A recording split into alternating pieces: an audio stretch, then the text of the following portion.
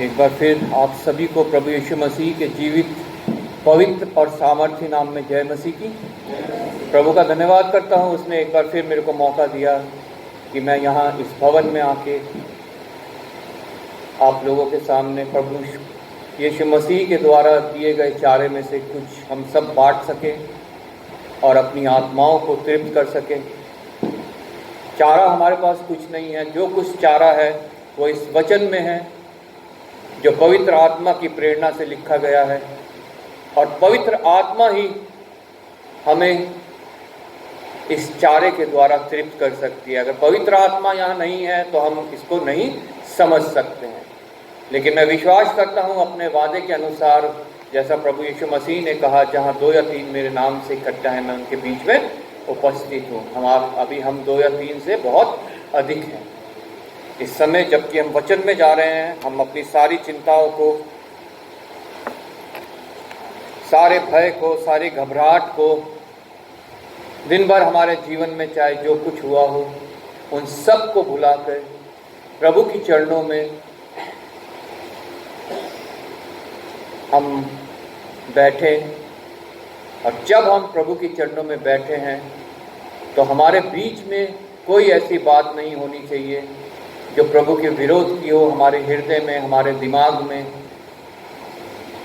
क्योंकि प्रभु का वचन जो है, प्रभु ने खुद कहा है कि मैंने अपने बड़े नाम से बढ़कर अपने वचन को महत्व दिया है। और जब परमेश्वर खुद इस वचन को अपने बड़े नाम से बढ़कर महत्व देता है तो हमें कितना महत्व देना है, ये हमें जांचना है, ये हमें सोचना है, ये हमें विचारना है। इस वचन की कीमत कितनी है, इस वचन की कितनी ज़रूरत हम लोगों को है, और इस वचन के द्वारा क्या क्या परिवर्तन हमारे जीवन में, हमारी कलीसिया में, हमारी सोसाइटी में, हमारे शहर में, हमारे देश में आ सकता है। हालेलुया। क्योंकि यही वचन है जो परिवर्तन लेके आता है, और अभी तक जितना परिवर्तन आया है वो इन्हीं वचनों के द्वारा आया है। Praise Lord. अभी विकास ने कहा हमें जांचना है, हम यहाँ क्यों आए हैं, हम यहाँ कैसे आए हैं, हम यहाँ क्या करने आए हैं। और उसमें मैं एक और बात जोड़ना चाहता हूँ, हम यहाँ पे कब आए हैं। जब एक समय रख दिया जाता है कि इतने बजे प्रार्थना सभा है, तो प्रभु की उपस्थिति वहाँ पे उतने बजे हो जाती है। क्या हम प्रभु से बढ़कर हैं कि हम प्रभु को इंतज़ार करवाते हैं, और फिर हम बाद में कहते हैं हम तो गए थे, प्रार्थना भी की, लेकिन वचन भी सुना, लेकिन हमारे लिए कुछ भी नहीं हुआ, हमारे जीवन में कोई बदलाव नहीं हुआ, हमारे शरीर में कोई चंगाई नहीं हुई, हमारी भौतिक स्थिति नहीं बदली, हम तो वहीं के वहीं रह गए। कब आए हैं ये बहुत महत्व रखता है इस बात के लिए कि हम कितनी आशीष यहाँ से पाके जाते हैं। हालेलुया। इसलिए मैं बार बार कहता हूँ कि जो समय रखा गया है उस समय से थोड़ा पहले ही आप यहाँ आइए, ताकि जब सभा शुरू हो जाए उसके बीच में जब आप आते हैं तो किसी को डिस्टर्बेंस भी ना हो और आप अपनी आशीषें भी ना खो पाए। हालेलुया। आज के वचन के लिए हम पढ़ेंगे रोमियो की पत्री उसका 13 अध्याय 1 से लेकर 7 तक, पेज नंबर 222। सब लोग, मैं विश्वास करता हूँ, बाइबल लेके आए हैं, सब अपने बाइबल में निकालिए पेज नंबर 222, रोमियो की पत्री उसका 13 अध्याय 1 से लेकर 7 तक। कोई जन पढ़ दे बुलंद आवाज में।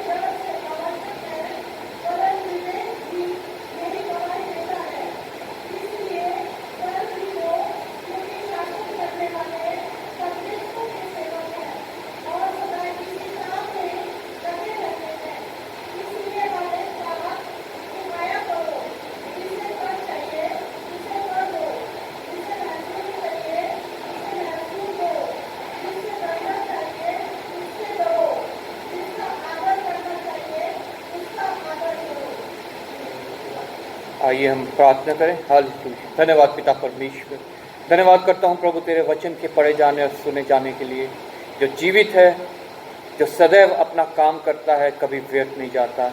आज का वचन जो पिता परमेश्वर हमारे बीच में पढ़ा गया है प्रभु, पिता परमेश्वर इसके द्वारा जो तू कुछ हमसे बातें करना चाहता है वो पिता परमेश्वर हम पे जाहिर कर। और पिता परमेश्वर जब तू इसको हम पे जाहिर करता है प्रभु, तो हमारे हृदयों की भूमि को तैयार कर। जब वचन का बीज पड़े तो वो पिता परमेश्वर नाश ना हो बल्कि बहुत सा फल लाए। और इसके द्वारा पिता परमेश्वर हम लोग प्रभु अपने आप को जांचे, हम पिता परमेश्वर कायल हो, कन्विक्ट हो, और पिता परमेश्वर जो कुछ हमारे अंदर प्रभु तेरे विरोध की बातें हैं पिता परमेश्वर, वो पिता परमेश्वर हमसे दूर होने पाए प्रभु। पिता परमेश्वर तू अपनी सामर्थ देना कि हम पिता परमेश्वर इस वचन के द्वारा अपने आप को प्रभु बदल सके, अपने आप को और तेरे नज़दीक ला सके, और तेरे विश्वास में पिता परमेश्वर हम बढ़ सके, ताकि और चिन्ह और आश्चर्य कर्म पिता परमेश्वर हमारे जीवनों में प्रकट होने पाए, और हम पिता परमेश्वर तेरे लिए और बहुत सा फल लाने वाले बन सके प्रभु। धन्यवाद करता हूँ पिता परमेश्वर आए हुए प्रत्येक जन के लिए प्रभु। तो प्रत्येक को पिता परमेश्वर जांचता है, जानता है प्रभु। किसी के हृदय में प्रभु कोई बोझ है, कोई पिता परमेश्वर भय है, घबराहट है, चिंता है, तो उसको पिता परमेश्वर तो दूर कर, ताकि जब वो वचन की छाया में बैठे पिता परमेश्वर, तो सिर्फ और सिर्फ पिता तेरी वाणी को सुने, और पिता परमेश्वर तेरी वाणी को सुन के धन्य हो प्रभु। धन्यवाद के साथ पिता परमेश्वर अपने आप को भी तेरे हाथ में सौंपता हूँ। तूने पिता परमेश्वर एक बार फिर मुझे विश्वास योग्य जाना है, और अपनी सामर्थ दी है पिता परमेश्वर के इस पवित्र स्थान में मैं खड़े होकर प्रभु तेरे वचन को पिता परमेश्वर बोलने पाऊँ प्रभु। मुझ में कोई काबिलियत नहीं पिता परमेश्वर, मुझ में कोई सामर्थ्य नहीं पिता परमेश्वर, ना ही मैं पिता परमेश्वर इस लायक हूँ प्रभु। लेकिन पिता परमेश्वर जब प्रभु तेरी आत्मा उतरती है तो तेरी सामर्थ पिता परमेश्वर हमें इस योग्य बनाती है, और हम दाऊद की तरह पिता परमेश्वर लड़ सकते हैं, और पिता परमेश्वर तेरे लिए प्रभु आत्माओं को जीत सकते हैं। मैं तेरा धन्यवाद करता हूँ पिता परमेश्वर। एक बार फिर तू पिता परमेश्वर अपने हाथ को बढ़ा और अपने वचनों को मेरे मुंह में डाल, ताकि पिता परमेश्वर जब ये होठ खुले तो सिर्फ और सिर्फ तेरा शुद्ध वचन, तेरी वाणी पिता परमेश्वर हम सब तक पहुंचने पाए प्रभु। एक बार फिर आदर महिमा तुझे देते हुए धन्यवाद के साथ प्रभु यीशु के नाम से मांगते हैं, आमीन। रोमियो की पत्री हम सब जानते हैं, संत पौलुस ने रोमियो की कलीसिया को लिखी, और उसके 13वें अध्याय में जैसा अभी हमने पढ़ा, इसकी हेडिंग है राज्य के प्रति कर्तव्य। इसकी पहली आयत से यहाँ पे लिखा है, हर एक व्यक्ति शासकीय अधिकारियों के अधीन रहे। हर एक व्यक्ति, हर एक में मैं भी हूं, आप लोग भी हैं। प्रत्येक जन को यहाँ पे वचन एक आदेश दे रहा है कि हर एक व्यक्ति शासकीय अधिकारियों के अधीन रहे। शासकीय अधिकारी कौन है? जो हमारे देश में शासन करते हैं, राष्ट्रपति, प्रधानमंत्री, बाकी और नेतागण, अपने सिटी का, अपने शहर का जो मुख्यमंत्री है, अपने स्टेट का वो, और उसका मंत्रिमंडल, और जितने ब्यूरोक्रेट्स हैं, ये सारे जो हैं ये शासकीय अधिकारी हैं। और प्रभु का वचन हमें बताता है हमें इनके अधीन रहना है। कई बार ऐसा होता है, हम लोग जो हैं इन शासकीय अधिकारियों को बुरा भला कहने लगते हैं कि वो फलाना ऐसे कर रहा है, वो फलाना ऐसे कर रहा है, लेकिन प्रभु का वचन हमें ये कभी भी नहीं सिखाता है। अगर मोदी जी को इस समय देश का प्रधानमंत्री बनाया है तो ये हमारे परमेश्वर की इच्छा से हुआ है। ये अधिकार, ये वचन में लिखा है, ये अधिकार उन्हें परमेश्वर की ओर से मिला है। अगर केजरीवाल जी हमारे स्टेट के मुख्यमंत्री हैं तो ये अधिकार उन्हें परमेश्वर की ओर से मिला है। और जो कुछ कार्य उनको मिला है, अगर वो उसे सही रीति से नहीं करते हैं तो इसका लेखा लेने वाला एक सबसे बड़ा अधिकारी है, जो है खुद परमेश्वर। हालेलुया। हम किसी को जज नहीं कर सकते, हम किसी का न्याय नहीं चुका सकते। सिर्फ और सिर्फ एक न्याय है, प्रभु यीशु मसीह। और जिसका वचन हमें बोलता है कि हमें अपने शासकीय अधिकारियों के अधीन रहना है। वचन में जितनी बातें लिखी हैं, अगर हम उनमें से किसी से चूकते हैं तो हम सारे वचनों से चूक गए। इसलिए यहाँ पे संत पौलुस एक गंभीरता के साथ प्रभु की आत्मा की प्रेरणा से हम सबको एक आदेश दे रहा है, हर एक व्यक्ति शासकीय अधिकारियों के अधीन रहे, क्योंकि कोई अधिकार ऐसा नहीं जो परमेश्वर की ओर से ना हो। कोई अधिकार ऐसा नहीं जो परमेश्वर की ओर से ना हो। कोई भी अधिकार है, हो सकता है जहां हम नौकरी करते हैं वहां पे हमारे अधिकारी हैं। अब जैसे मैं जॉब करता हूं हॉस्पिटल में, वहां मेरे अधिकारी हैं। मैं यहाँ जैसे मिशन में कार्य करता हूं, यहाँ मेरे अधिकारी हैं। उनको वो अधिकार जो है वो परमेश्वर की ओर से मिला है, वो किसी मनुष्य की ओर से वो अधिकारी नहीं ठहराए गए हैं। और प्रभु का वचन हमें बताता है, अगर हम उन अधिकारियों का विरोध करते हैं तो हम परमेश्वर का विरोध करते हैं, क्योंकि सबसे बड़ा अधिकारी तो हमारा परमेश्वर है। और उसी ने वो अधिकार उनको दिए हैं, और उनका अगर हम विरोध करते हैं तो हम परमेश्वर का विरोध करते हैं। ये इस पवित्र वचन में लिखा गया है, जो आज हम यहाँ पे पढ़ रहे हैं, जो संत पौलुस के द्वारा रोमियो की कलीसिया को एक चेतावनी दी गई है, जो मेरे लिए है, जो आप लोगों के लिए है। और जो अधिकार हैं वे परमेश्वर के ठहराए हुए हैं, इसलिए जो कोई अधिकार का विरोध करता है वह परमेश्वर की विधि का सामना करता है, और सामना करने वाला दंड पाएगा। बहुत गंभीर बात। अगर हम अपने किसी अधिकारी का विरोध करते हैं तो हम प्रभु की ठहराई हुई विधि का सामना करते हैं, हम उसका विरोध करते हैं। और जब हम उसका विरोध करते हैं तो वचन साफ साफ कह रहा है कि सामना करने वाला दंड पाएगा। इसलिए आज हमें विचारना है आज हमें अपने आप को जांचना है कि अपने कार्यस्थल में कहीं मैं अपने अधिकारी के विषय में बुरा तो नहीं बोल रहा हूँ, कहीं मैं उसका विरोध तो नहीं कर रहा हूँ, कहीं मैं परमेश्वर की विधि का सामना तो नहीं कर रहा हूँ कि मैं दंड के योग्य ठहरूं। क्योंकि अगर हम ऐसा करते हैं तो हम दंड से बच नहीं सकते, क्योंकि वचन में ये लिखा है, साफ साफ लिखा है कि सामना करने वाला दंड पाएगा। और अगर हम ऐसा नहीं कर रहे हैं तो प्रभु का वचन कहता है कि हमारे लिए कोई भी दंड की आज्ञा नहीं है। सामना करने वाला दंड पाएगा, लेकिन जो ऐसा नहीं कर रहा है, जो प्रभु की विधि पे चल रहा है, वो कभी भी दंड नहीं पाएगा। क्योंकि हाकिम अच्छे काम के लिए नहीं परंतु बुरे काम के लिए डर का कारण है। जो हाकिम है, जो हमारा ऑफिसर है, अगर हम कोई अच्छा काम करते हैं तो वो हमें कभी भी दंड नहीं देगा। हमेशा जब भी हमें कोई शो कॉज नोटिस जारी किया जाता है, कोई मेमोरेंडम जारी किया जाता है, इसका जवाब दो, तुमने ऐसा क्यों किया, तो वो जब हम कुछ गलत काम करते हैं उसके लिए वो हमें सर्व किया जाता है।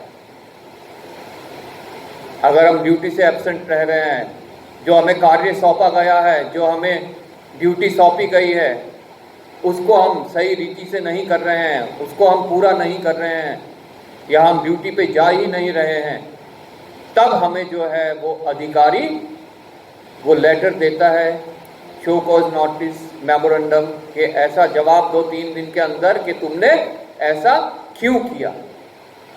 यदि हम सब कुछ सही कर रहे हैं तो कोई भी हमसे ये सवाल नहीं पूछ सकता। ऐसा ही परमेश्वर भी जो हमारा अधिकारी है, अगर हम सब कुछ सही कर रहे हैं, प्रभु के वचन के दायरे में कर रहे हैं, जो उसने हमारे लिए एक बाउंड्री ठहरा रखी है, जो उसने हमारे लिए एक आदर्श ठहरा रखा है, हम उसमें रह के अपना जीवन व्यतीत कर रहे हैं, तो हमारा परमेश्वर भी हमारे ऊपर दंड की आज्ञा नहीं देता। हमें तब किसी भी भय की आवश्यकता नहीं है। लेकिन अगर हम उसका विरोध कर रहे हैं, उसके विधियों का विरोध कर रहे हैं, जो कुछ उसने हमारे लिए ठहराया है कि हमने नहीं करना है, उस कार्य को कर रहे हैं, या जो कुछ कार्य उसने हमारे करने के लिए ठहराए हैं और हम उनको नहीं कर रहे हैं और उन कार्यों को कर रहे हैं जो नहीं करने को उसने बोला है, तो हम गलत कर रहे हैं और हमारे ऊपर दंड की आज्ञा होगी और हमें डरना है। वचन साफ कहता है, क्योंकि हाकिम अच्छे काम के लिए नहीं परंतु बुरे काम के लिए डर का कारण है। अगर हम बुरा करते हैं तो हमें अपने परमेश्वर से डरने की आवश्यकता है, और अगर हम बुरा नहीं करते हैं, हम उन्हीं कार्यों को करते हैं जो प्रभु ने हमारे लिए ठहराए हैं, तो प्रभु हमसे प्रेम करता है, हमें उससे डरने की कोई आवश्यकता नहीं है। प्रभु का वचन कहता है, तुम धर्म और धार्मिकता की खोज करो तो बाकी सब चीजें तुम्हें मिल जाएंगी, वो तुम्हारा पीछा करेंगी, तुम्हें पीछा करने की जरूरत नहीं है, क्योंकि तुम वो कर रहे हो जो मैंने तुम्हारे लिए ठहराया है, और जो कुछ मेरा है वो तुम्हारा है। लूका रचित सुसमाचार उसके 11वें अध्याय में लिखा है कि जब संसारिक पिता तुम्हें अच्छा वस्तुएं देता है, तो तुम्हारा स्वर्गीय पिता तुम्हें पवित्र आत्मा क्यों करना देगा। हालेलुया। और जब वह पवित्र आत्मा हमें मिल जाएगी तो उसके बाद वो हमारा गाइड बन जाएगी, और जितनों ने पवित्र आत्मा को पाया है, वो पवित्र आत्मा उन्हें उस मार्ग पे गाइड करती है जो परमेश्वर ने हमारे लिए ठहराया है। हमारा जो अधिकारी है उसके लिए लिखा है नीति वचन 3:16 में कि उसके दाहिने हाथ में दीर्घ आयु और उसके बाएं हाथ में धन और महिमा है। अगर हमारे अधिकारी के हाथ में ये सब कुछ है तो हम क्यों उसके विरोध का काम करें? क्योंकि हमें दीर्घ आयु चाहिए तो हम उसकी बातें माने, जो कुछ कार्य उसने हमारे लिए ठहराए हैं उसको हम करें तो वो हमें देगा। अगर हमें धन और महिमा चाहिए,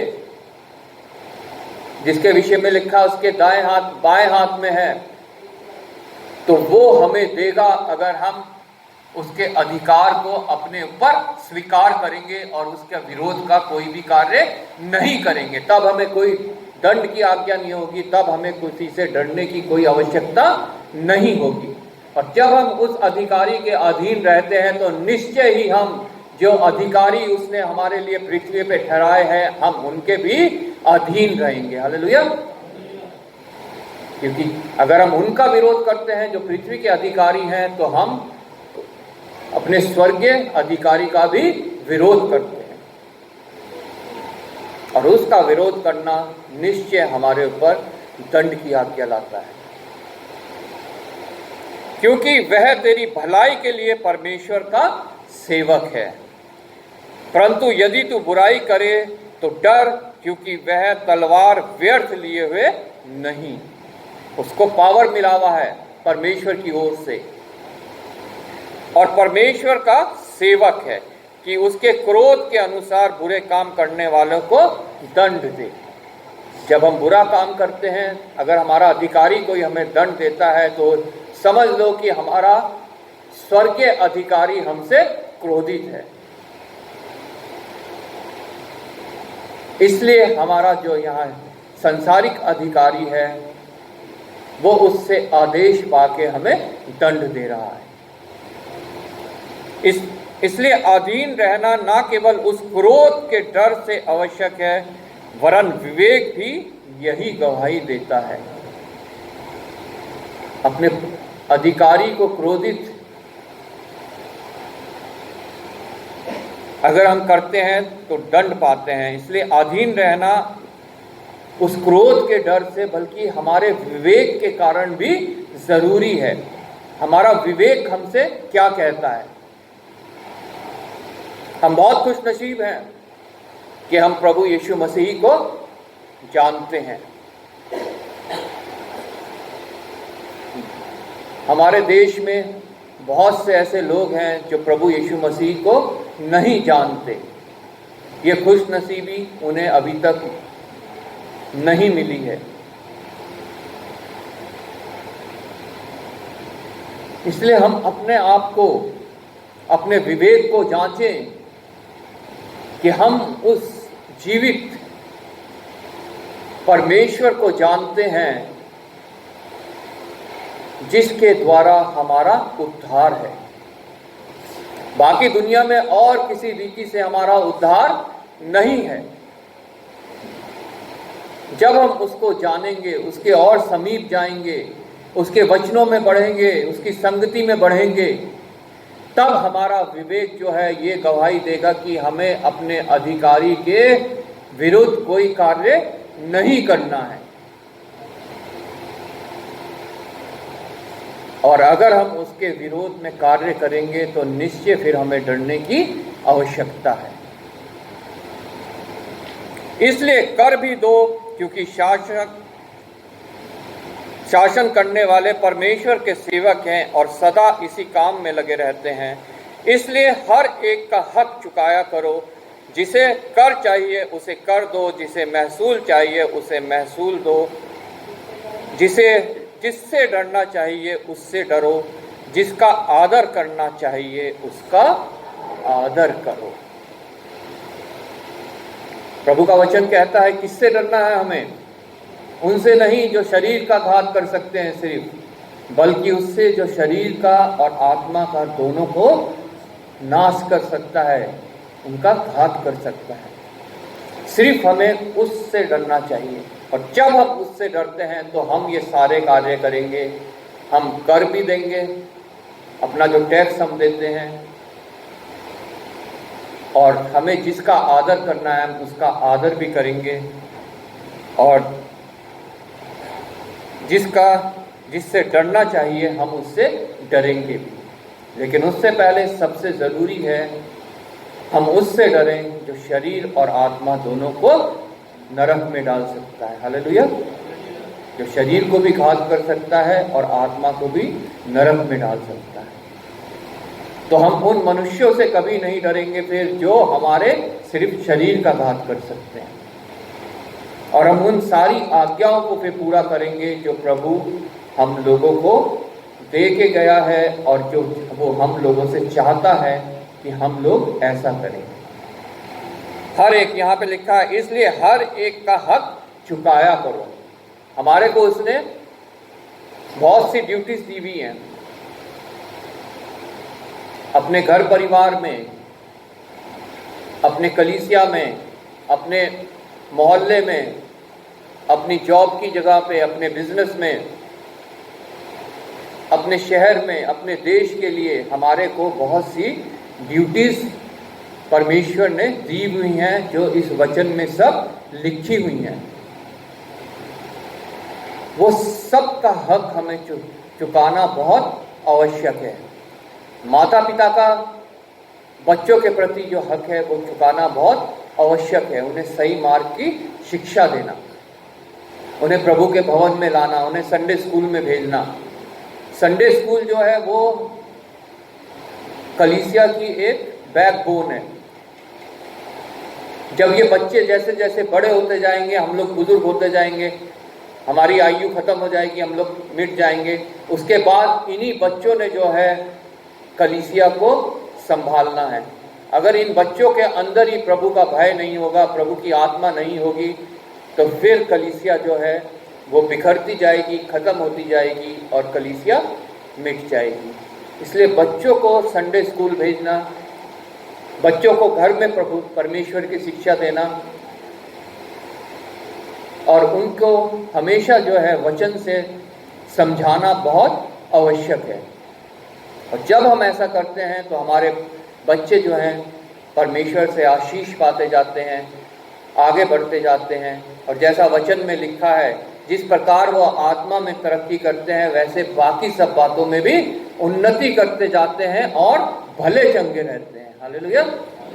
इसलिए बहुत आवश्यक है, जो प्रभु ने उनके प्रति हमें जिम्मेदारी दी है, हमें उसको पूरा करना है। अपने कलीसिया के प्रति जो हमारी जिम्मेवारी है, हमें उसे पूरा करना है।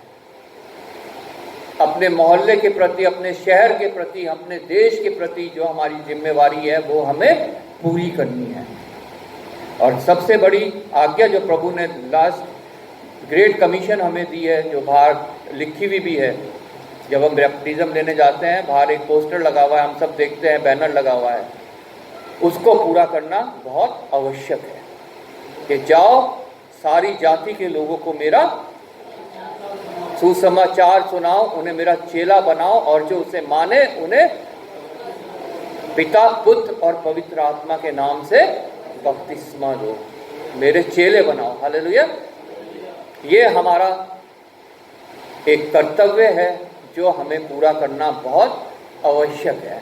और जब हम ऐसा करते हैं तो निश्चय जानिए प्रभु की कोई भी आशीष हमसे दूर नहीं है। कोई चिन्ह चमत्कार ऐसा नहीं है जो हम नहीं विटनेस कर सकते, जिसको हम देख नहीं सकते हैं। प्रत्येक जो कुछ उसने किया है, जो कुछ उसने अधिकार सौंपा है, जो कुछ चिन्ह चमत्कार जो है उसने किए हैं, वो सब अपने लोगों के लिए हैं, उसके लोगों के लिए हैं। और जितने उसके अधिकार हैं, जब हम उसको अपना अधिकारी ग्रहण करते हैं, उसके उन अधिकारों के हम अंडर रहते हैं, उनके अधीन रहते हैं, तो वो सब आशीषें मेरे और आपके लिए ही हैं, वो और किसी के लिए नहीं है। लेकिन हम चूक क्यों जाते हैं? क्योंकि अपना पूरा अधिकार हम उसको नहीं देते हैं, पूरी तरह से हम उसके अधीन नहीं रहते हैं, इसलिए हम उनसे चूक जाते हैं।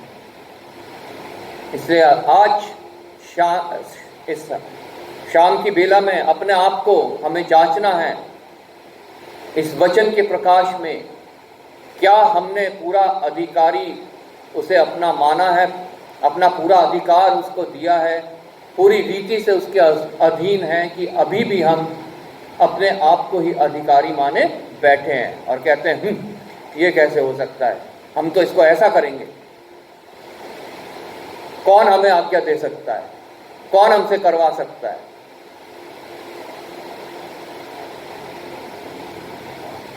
अभी विकास ने कहा था घमंड।